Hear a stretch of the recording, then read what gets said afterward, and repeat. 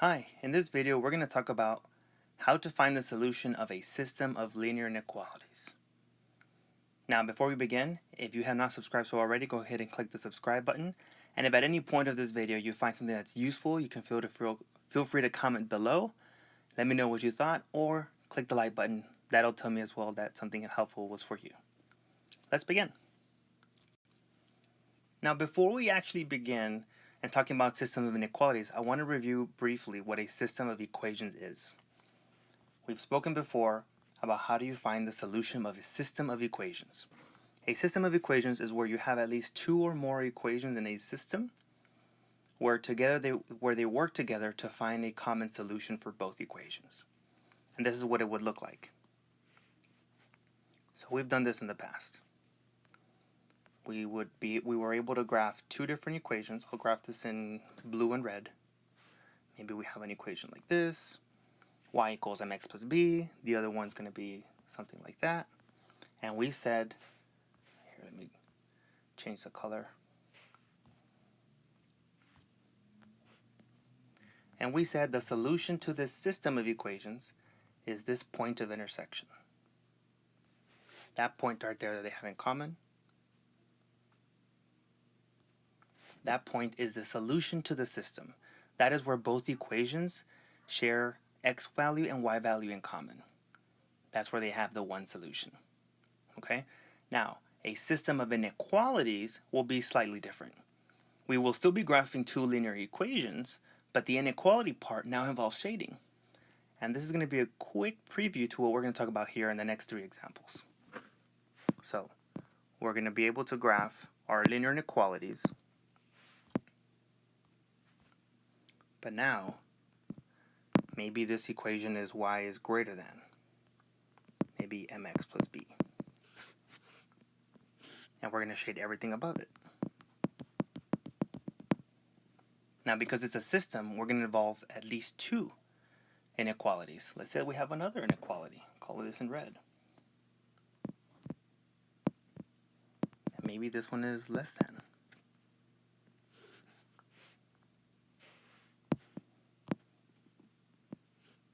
We'll make this one less than or equal to.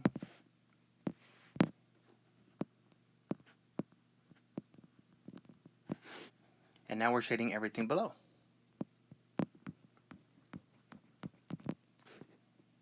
Okay? Now, before, as we talked about here in a system of equations, the solution was a point of intersection where these two lines shared in common. This point was known as the solution. When we're dealing with a system of inequalities, because we're dealing with a shaded region and there's more than one solution, now we're interested in finding the solution set as a part of the inequalities that overlaps for both. The shaded region that satisfies both inequalities. So while the blue line, we're shading everything above, and the red line, we're shading everything below, the part that overlaps, I'm going to color this in, let's do it green. Well, blue and red make purple. Maybe I can do purple. This section here in the middle is a part where both inequalities overlap. And this purple shaded region is the solution set of this inequality system. So before we were looking for just one point that they both shared in common, now we're looking for a shaded region that they both share in common. If you can understand these differences and similarities at the same time, we can make a lot more sense of the next part of the video. So let's begin. Here we have our two inequalities. Y is greater than negative 6, greater than or equal to negative 6, and x plus 2y is less than 4. I'm going to want to graph both of these and then see whether these points lie in that overlapping shaded region. I'll stick to blue for the first equation. The first inequality, we have y is greater than or equal to negative 6. Right? Since we have it in mx plus b format, there is no slope here. So we're dealing with a horizontal line. Now, because we're dealing with an equal symbol, we're going to be doing a solid line. So at negative 6, we're going to have a solid line, a horizontal solid line.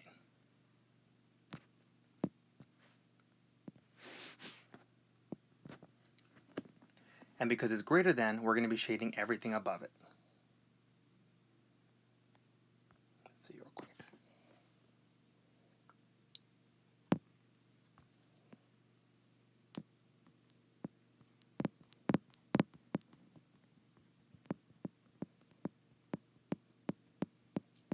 Everything above is part of the solution.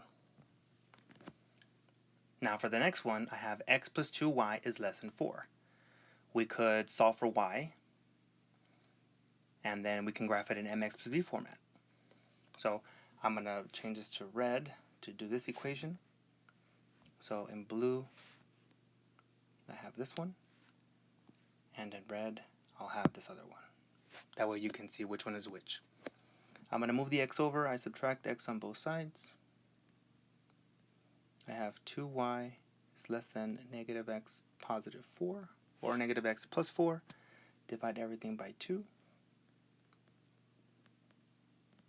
So y is less than, technically, negative 1/2 x plus 2. Now I can graph this line. Before I graph this line, I want to pay attention to the symbol. I have a less than symbol, which means I'm going to shade below the line that I draw. And because there's no equal underneath it, I'm going to make sure that this line is dotted. Okay, so that's something I got to note. As I graph, I'm going to start with the y-intercept and then look at the slope. So I start at positive 2.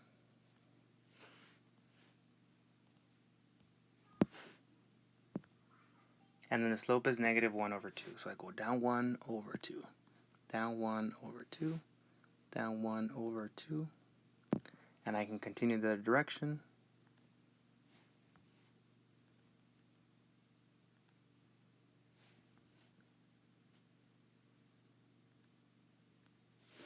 As I connect these, remember it's a dotted line because there's no equal symbol attached to it. So the line will look like this.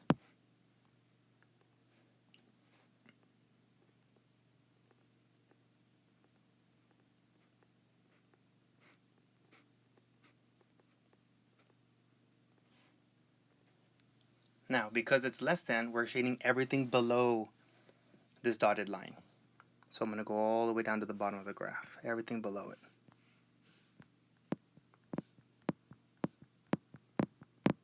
Will be part of the solution set. Now, while I'm here, I want to make sure that I color in a different color, or maybe you can see it already, the part where these two colors overlap. Wherever the blue and the red overlap, that's going to be part of the solution set. So there's things up here that are only in blue, and there's things down here that is only in red. I want this part in the middle that's overlapping. That's part of our solution set. Anything in there will be part of our solution set to this system. I'm going to color it in purple just because blue and red can make purple.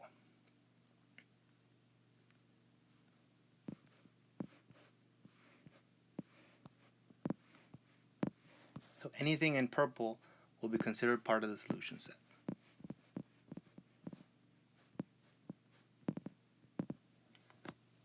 So now I check. Is 0, 0 part of the solution set? Well, at that point, I'll make this in green or something different so I can make it stand out. Let's do orange. 0, 0 is right there. Yes. Part of the solution. 6, 2. I go to 6, 2. 6, 2 only satisfies one of the linear inequalities, the blue one. So no. It needs to be in the part that both are being satisfied. They both overlap. And negative 4, negative 7 will be down here at the bottom. This one only satisfies the red inequality, not the blue one. So this one's not a part of the solution set. This is really it, guys. If you can graph both inequalities, shade the appropriate side, and see which point is part of the solution set, you're set. The next two examples will be dealing with how to go backwards and how to deal with a word problem. So here we have an inequality system already. I want to find the inequalities that go with the system and then write down some points that are part of the solution, some points that are not. Now you can already sort of see which section is going to be shaded darker than the other shaded regions. If you cannot, it's going to be this section here. I'm going to color it in purple. This section is overlapping for both.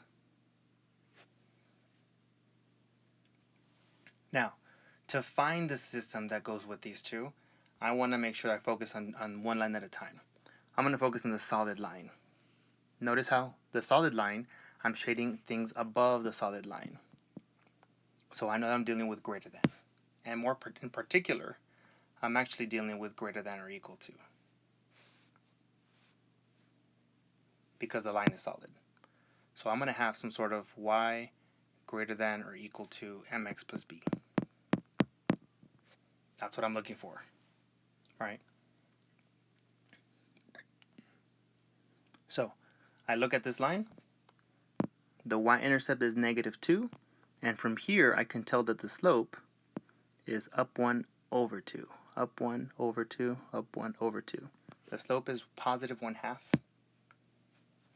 So I have y is greater than or equal to 1/2 x plus -2 or -2, because my y-intercept is down here at -2. Again, it's greater than because we're shading above it, and it's equal to because it's a solid line.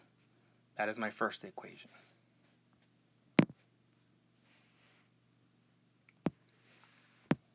So I take this one, that's my first one. Now I want to find my second equation. Sorry, my second inequality.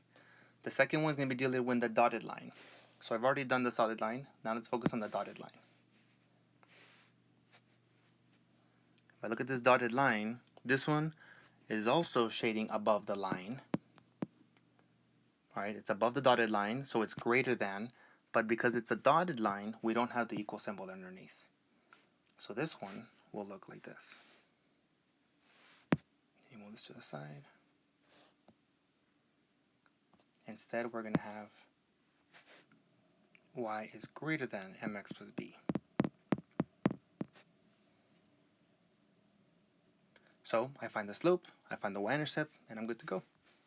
Here the y-intercept is at +1, and the slope, since it's going down, is going to be a negative slope. I can tell that the slope is going to be down 1 over 1, down 1 over 1, down 1 over 1, down 1 over 1. Since the slope is -1 over 1, I can just write y is greater than -1x, or just -x, and the y-intercept is +1 plus 1.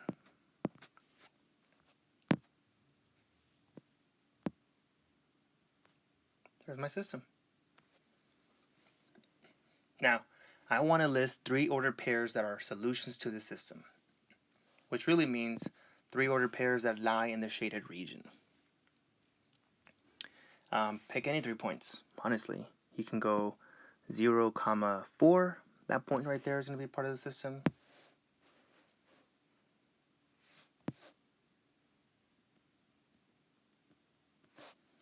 I can do, let's make the points a little darker. 0, 4 is right there. I could do 4, 2, somewhere in here.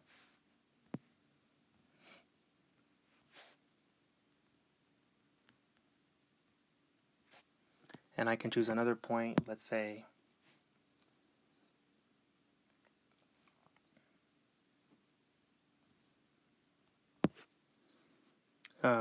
7, I can't even choose 7, 7, way at the top. Really, anything that lies in that shaded region is good. Okay, now I can also choose a point that's on this line, but not on this line because it's dotted. Right, so any point on this line that's in the shaded region should also work. Now, points that are not solutions, like I said, anything on this line that's dotted or below. It could be on this shaded region, or no shaded region. If it's not in the overlapping region, it's considered not part of the solution. So if it's in one shaded region or the other, or none at all, any point in this region, in these 3 regions, will not be part of the solutions. And we can choose any 3 points. We can use a point down here. Let's say -3, 0. Somewhere here. We'll choose one in the non-shaded region at all, like 2, -5. And I can do one over here on this other side, 7, -3.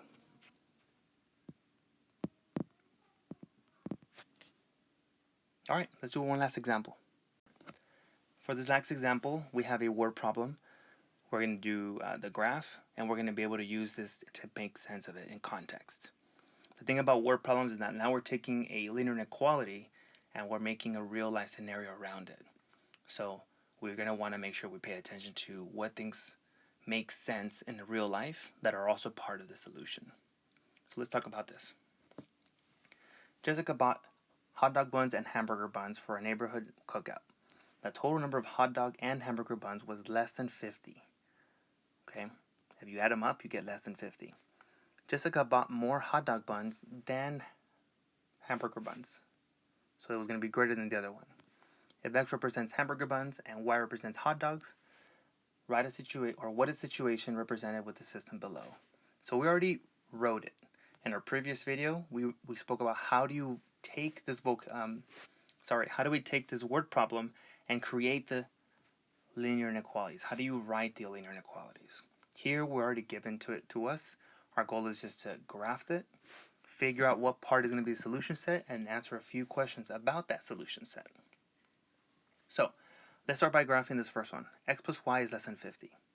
When you're graphing an equation in standard form, or an inequality in standard form, you could always cover the Y value. You can put 0 for Y and solve for X. So X equals 50. I can find the x-intercept pretty quickly at x equals 50. Let's do that right here.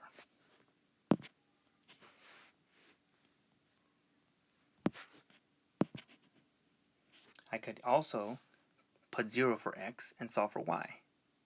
Y would also be 50. And then I would connect these two.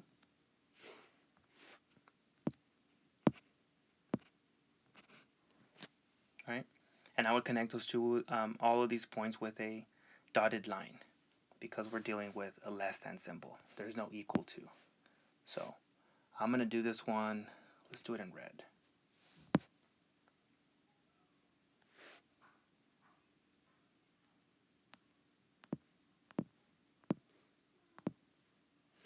Now that's supposed to be a straight line. I'll give it another try.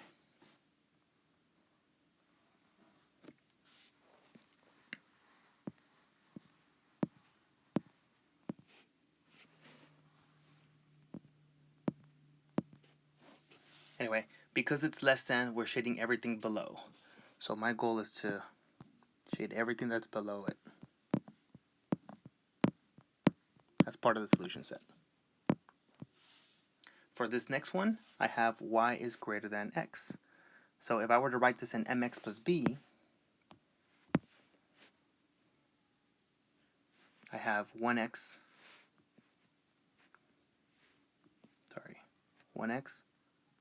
plus 0. So I start at 0, and the slope is positive 1. So I go up, over.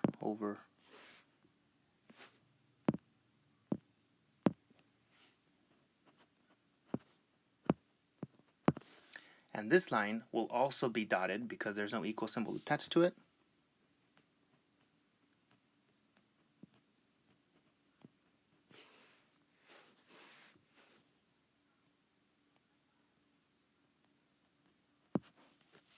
And because it's a greater than symbol, we're going to shade everything above it.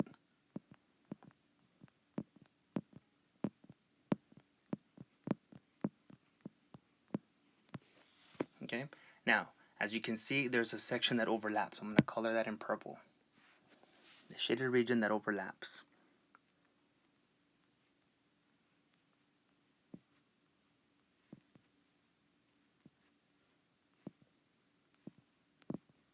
That is part of the solution set. So, let's talk about this. For part B, it says, list the possible combination of hamburger and hot dog buns that Jessica could have purchased. So anything in this shaded region is technically considered part of the solution set. But because we're dealing with a real life scenario, and this technically also covers part C, so B and C are going to be sort of combined, everything in the purple section should be part of our solution. But because now we're dealing with a real life scenario with hot dogs and hamburgers, we have to be careful with what makes sense and what doesn't. How do we make sense of it? Well, let's think about it. Can you have, if I choose a random point here in the solution set, let's say we go with a color orange because it might stand out better. Let's say that I choose a point over here, negative 10, 10.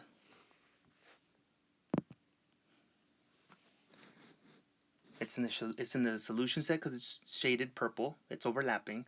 But can you have bought negative 10 hot dog buns and positive 10 hamburger buns? You can buy 10 hamburger buns, but you cannot buy negative 10 hot dog buns, right? We cannot buy negative of anything in real life.